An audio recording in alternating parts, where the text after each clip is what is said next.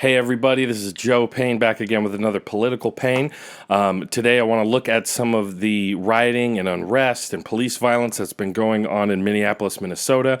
I apologize if I seem a little out of it, a little disheveled. I'm working on less than 5 hours of sleep. I was up way too late staring at my phone, watching everything unfold. I'm working on my second, third cup of coffee. Oh geez. So this isn't my most put together episode because I want to get it out quick to let everybody know what's going on. Because there's been a lot of concerning stuff going on, developments, troubling times, folks. I'm not going to sugarcoat things. So obviously, everything that's happening has been in the response to the killing of George Floyd, an unarmed black man, by police officer Derek Chauvin and others who stood by and watched as he basically stood on the guy with his knee on the man's neck. I'm not going to play the video for you here. If you really want to see it, it's available. It's all over social media. I don't feel the need to share a video of someone dying with you. And this video, understandably, has elicited a huge response of anger, rage, a demand for consequences. Not long after this video became public, 4 officers were fired, including Derek Chauvin, the officer who had his knee on Mr. Floyd's neck. So we're now several days since Mr. Floyd passed away, and we've had multiple days of rioting and protest in Minneapolis, and there has been ongoing conflict with the police and rioters there, launching tear gas grenades into crowds, shooting people with rubber pellets. And only just today did we finally get murder charges actually brought forth on the officer in question, Derek Chauvin.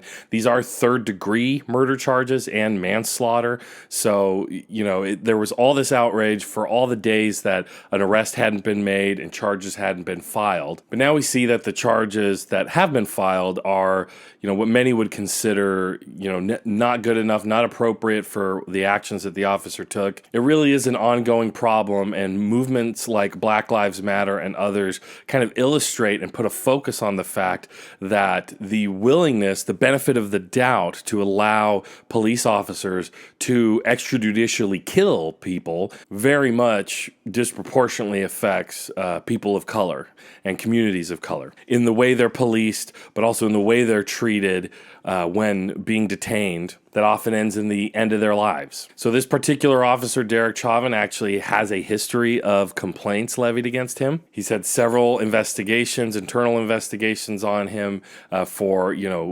misuse of power. He's been involved in several officer-involved shootings. He and several other officers were involved in the shooting of an indigenous man, and he has killed somebody before in the line of duty, him and several officers. They all shot a man to death. The man did have a gun in that situation. So I think it's really important to kind of clear the air about the rioting and about the destruction of property. And what people need to understand is that most of the protesting in Minneapolis began peacefully. People were vocal, they were loud, they were upset, but they weren't going out of their way to destroy property or, meet the police with violence. But the police force there definitely met protesters with a level of violence from the beginning. They came out in riot gear. Like I said, they were firing tear gas, demanding that they disperse, even though I think many people would agree that these citizens had the right to protest. The extrajudicial killing, state violence against a member of their community. There are clips of the city's police chief talking about how the first day of protesting was peaceful and that things got out of hand as the days have gone on. Tonight was a different night of protesting than it was just the night before. But even the mayor of Minneapolis had to call out and say, why haven't these officers been arrested? Why have there been no arrests? Why is the man who killed George Floyd not in jail? If you had done it, or I had done it, we would be behind bars right now. And so this willingness to not do anything by law enforcement really does feed this anger and this community reaction. You could call it unlawful when the destruction of property is factored into it, but these really were people pushing their government to do something, anything. But the policing and specifically the killing of unarmed people of color, Black Americans, is something that, we've seen time and time again. And just most recently with the shooting of Ahmad Arbery by two kind of vigilante men who chased him down and shot him in the street, that didn't get prosecuted. They didn't even get arrested for weeks, for actually more than a month, until there was widespread public condemnation and awareness of the case and the video became public. Specifically, the two men who shot Arbery was a father and a son, and the father was former law enforcement in that community, and he specifically worked for the DA's office that was responsible for dropping charges on him. And the DA there specifically halted the local authorities from arresting him and his son at all. So we have to be real about how law enforcement cloisters itself and protects itself in situations like these of abuse of power and excessive use of force. Most people who watched the video of George Floyd being killed really can't argue away how disturbingly violent and unnecessary it was. And, the cops literally speaking down to him like, oh, you're a tough guy now. You think you're tough and you want to talk back and stuff like this. I believe the whole reason the police were called on Floyd was for allegedly bouncing a check at a store. So to think that most white Americans who might bounce a check at a store and that ends within less than an hour of that incident, you're dead on the street, it's really hard to defend the position that race isn't involved here. It's been a long time problem. It goes back generations and it's widespread. So the anger that's bubbling up in Minneapolis is part of a long-held anger that has been ongoing. There are a few things also about the riots in Minneapolis that are just strange. We don't know all the facts, but they're concerning. They're alarming. One is the umbrella man that has cropped up. So on the first day of protests, the real looting and destruction of property began at an AutoZone. And one of the first real clear cases of this was this guy that's very tall. He was wearing a hood, a gas mask, a lot of covering to kind of conceal his identity, and he's holding an umbrella, and he just walks across these windows and bashes them with a hammer. Several protesters tried to intervene with him and stop him from doing this, and as soon as they began interrogating him, hey, what are you doing? The guy just takes off and walks off very quickly. So not all these facts are vetted, but it appears from some community sleuthing on social media that this person might have been an actual member of the police department acting as an agent provocateur, someone who infiltrates a peaceful protest, pushes it into violence and destruction of property to justify police coming in, cracking down the whip, pulling out their batons, shooting tear gas at everybody. So they help justify the crackdown. And as these protests have escalated into riots, we've seen the police response escalate as well. In Minneapolis, they were spraying pepper spray out of the window of a cruiser just at people walking across the crosswalk. These people weren't attacking their police car in any way. They are just spraying people on the street as they walk by. Some other protests, Black Lives Matter protests, cropped up around the U.S. One in L.A., where a CHP cruiser, an officer in a CHP cruiser, drove through a crowd of protesters. And a lot of people were pointing to, oh, look, they threw something through the window of the car. The protester didn't throw his skateboard through the back of that squad car until after the officer was already accelerating into the crowd of people. He drove quite a ways with people on his hood, and someone fell off and was injured. So this anger, I know it's scary for a lot of people. It's concerning, especially when you see buildings on fire and all that stuff. But we have to remember where this anger is coming from, this long spread history of law enforcement, how they treat communities of color, and why I'm not justifying anything. I'm not saying it's okay, the destruction of property. But if you want to understand this anger, you have to look these things in the face. And especially considering just recently in Michigan, we had lockdown protesters ascend on the State House who were armed with automatic weapons with AR-15s, screaming in the faces of police, and nothing was done. And the big factor here was, yes, these were all far-right conservatives, all pretty much white people screaming in the face of police, not told to disband. And I mean, in this case, they actually shut down a legislative session of the Michigan State House. So that is like a clear example of a type of domestic terrorism. They terrorized their government from even practicing or legislating. And these people were claiming oppression because they couldn't go to a hair salon in the midst of a pandemic, or they couldn't go to all the stores they wanted to. So on the other hand, in Minneapolis, people are protesting and rioting against real state violence, the extrajudicial killing of a member of their community. And again, even the mayor of the town is saying, why is this officer not arrested?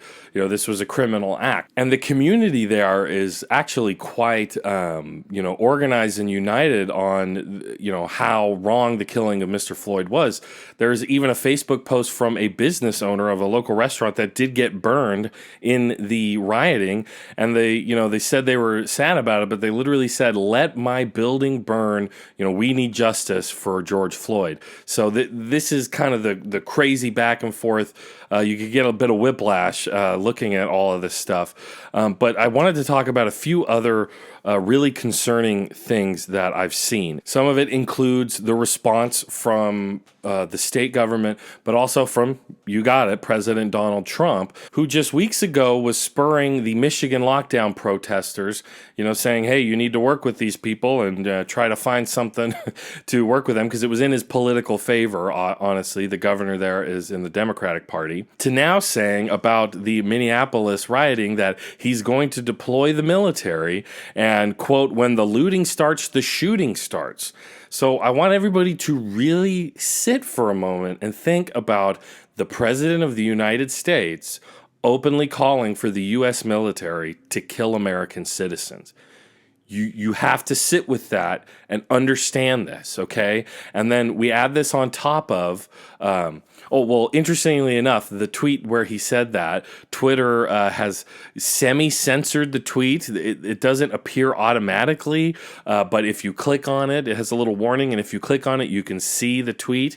They have said it violates their terms of service to call for violence against people. But it's also the leader of the free world, right? Our president, who is calling for the shooting of American citizens, okay? So Trump also is announcing this executive order where he wants to basically dictate what Twitter can and can't do, dictate a private company, a private means of communication, what they can and can't do in relation to, his rhetoric. Specifically, they started this about basically baseless conspiracy theory claims he's been making.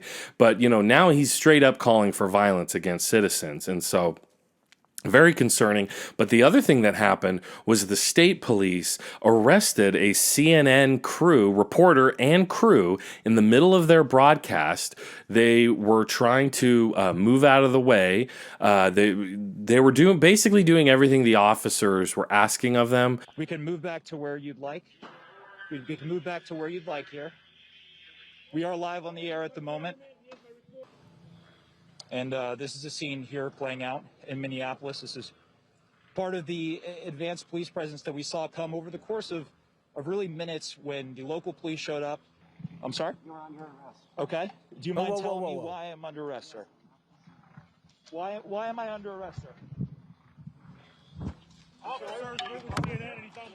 Are watching our correspondent, Omar Jimenez, being arrested by state police in Minnesota. We're not sure why our correspondent is being arrested. So looking at this, it's really hard not to think about how much rhetoric and really extreme rhetoric President Trump has used against CNN. They're his favorite punching bag. He's called them the enemy of the people, the lying, fake news and all that. But calling journalists the enemy of the people, and then seeing so clearly law enforcement in riot gear taking away journalists, it's really hard not to use the F word, which is fascism. And I have got a lot of criticism, in my opinion, writing, going back a few years for criticizing President Donald Trump and his rhetoric. I thought it was concerning things he would specifically say in regards to that went against the First Amendment, the freedom of the press and the other clauses in the First Amendment, to be honest. But this right here, this example of he has been talking against CNN for years now of his presidency, angry rhetoric. We even had an example of a crazed Trump supporter who sent a bomb to CNN, and now this very authoritarian, SWAT team police force is arresting them in the middle of a live broadcast. It's just nuts. And then when we see the dichotomy of how selective the president is about, who he wants criticized as far as protesters, not the lockdown protesters. He famously said after the clash of protests and rioting in Charlottesville, South Carolina, where a hardcore right-winger drove a car into a crowd, killing a protester, a counter-protester, a lady on the left, that there were very fine people on both sides. So this is the dichotomy. This is the power game that's being played. From a policy perspective, Trump's administration signaled very early on, during their campaign, and then once they went into office, Trump specifically and his Justice Department, when Jeff Sessions was the Attorney General, that they were not going to come after police for killing unarmed people of color. And, Trump specifically joked about it. Don't be so nice. Don't be so nice when you're putting his head in the car. He was riffing on it, joking about police violence and police brutality. So this is where, I've been told, as somebody on the left, you're told, you just overreact to everything Donald Trump does. But when he's been giving signals for years now about how he views the press, how he views protesters who don't agree with him, how he views how the police use violence against communities that have no recourse against it, it's really hard not to point out the authoritarianism and just the fascist nature of this. And obviously, police violence goes much deeper than just Trump or the Republican Party. Senator Amy Klobuchar, who was a big possible pick for Joe Biden as vice president, it turns out that she's kind of in the spotlight now because she had a chance to kind of investigate the officer who killed George Floyd and several others who were involved in the shooting I mentioned earlier.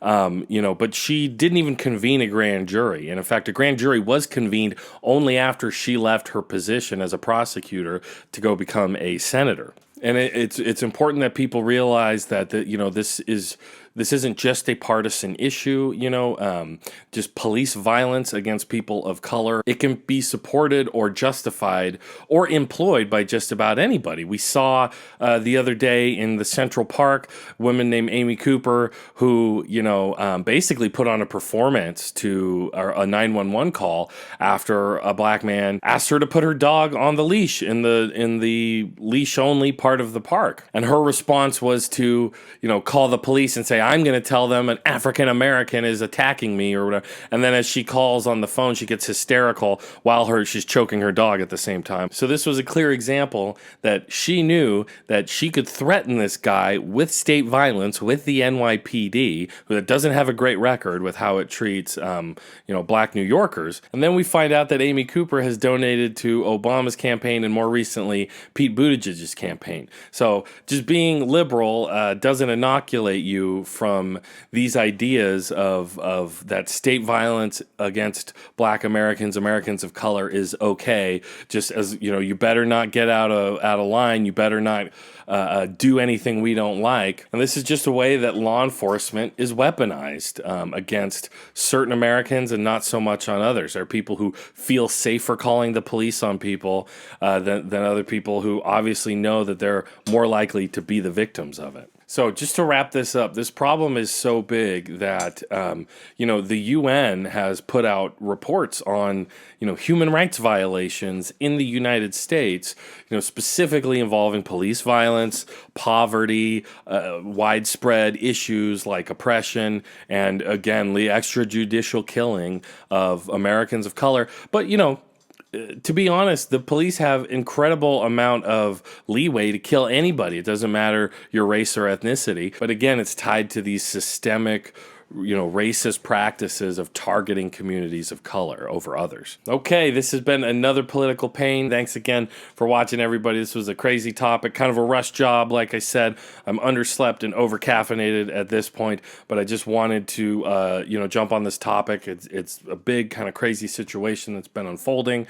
So if you like what I'm doing here, please like, subscribe, hit the bell, do whatever you can to stay on my timeline. And if you have thoughts, please share them with me. Please comment. Even if you disagree, if you don't think you don't like what I'm saying, let me know why. I'd like to know. I do like to listen to everybody, and if you have topics you think I should cover in the future, I'd love to know what they are, because I'm always looking for stuff to talk about. I hope to do deep dives in the future, longer form kind of explainers of different topics, American politics, history, stuff like that.